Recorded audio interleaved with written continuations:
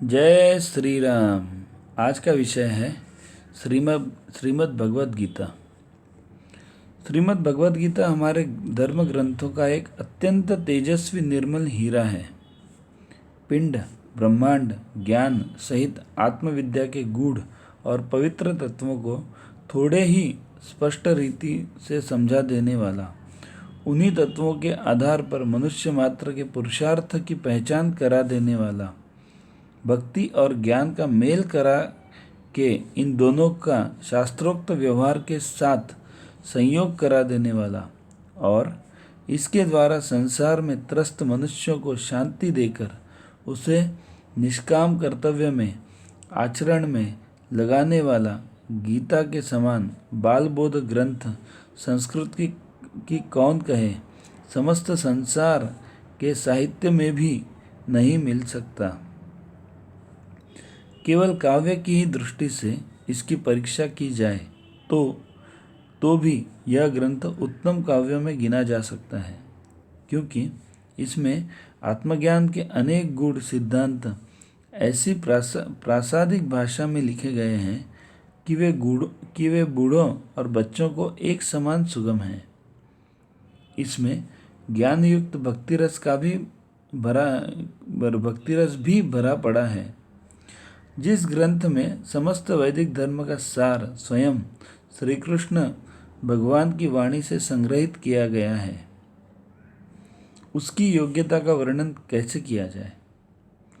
गीता के उपदेश के समय भगवान किस भावभूमि में थे, इसका पता इस बात से चलता है कि युद्ध समाप्ति के बाद एक दिन अर्जुन ने कहा, तत्सर्वं पुरुष व्याघ्रम नष्टम च भ्रष्टचेतसः। मेरा यह सब ज्ञान इस समय विचलित चित्त हो जाने के कारण नष्ट हो गया है, मतलब मैं भूल गया हूँ। अतः वही ज्ञान मुझे फिर बता दीजिए। तो भगवान श्री कृष्ण जी कहते हैं, न च शक्यम पुनर्वक्तुमशेषेण धनंजय, अब मैं उस उपदेश को ज्यों के त्यों नहीं कह सकता, क्योंकि उस समय योगयुक्तेन तन्मयः, योगयुक्त होकर मैंने परमात्म तत्व का वर्णन किया था। इस ग्रंथ में संपूर्ण उपनिषदों का सार 700 श्लोकों में दिया है। गीता के बारे में एक श्लोक प्रचलित है, सर्वोपनिषदो गावो दोग्धा गोपालनंदनः पार्थो वत्सः सुधीर्भोक्ता दुग्धम गीतामृतमहत्। अर्थात जितने उपनिषद हैं वो मानो गौएं हैं, श्री कृष्ण स्वयं दूध दोहने वाले हैं यानी ग्वाला है।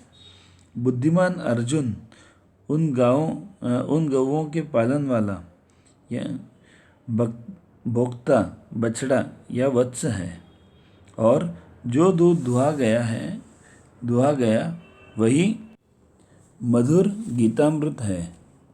इस गीता का वर्णन व्यास जी ने अपने महाभारत के भीष्म पर्व में 25 से 42वें अध्याय तक किया है।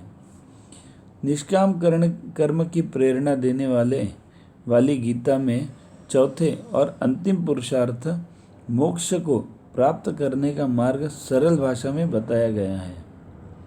प्रवृत्ति और निवृत्ति मार्ग के गमन की चर्चा की तो आस्तिक और नास्तिकों का भी वर्णन किया है। शरीर, इंद्रिय, मन, बुद्धि और आत्मा के ज्ञान की भी चर्चा की है।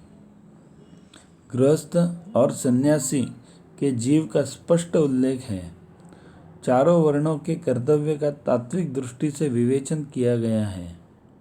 भगवद गीता तो एक है पर गीता अनेक है, जैसे पिंगल गीता, शपाक गीता, मंकी गीता, बौद्ध गीता, विचक्षु गीता, हारित गीता, वृत्त गीता, पराशर गीता, हंस गीता, अनुगीता, ब्राह्मण गीता, राम गीता, यम गीता, व्यास गीता, शिव गीता, सूर्य गीता आदि। श्रीमद् भगवद गीता के ग्रीक, लैटिन, जर्मन, फ्रेंच, अंग्रेजी आदि यूरोप की भाषाओं में इसके अनेक अनुवाद प्रकाशित हो चुके हैं, क्योंकि यह अद्वितीय ग्रंथ समस्त संसार में प्रसिद्ध है। भारत माता की जय।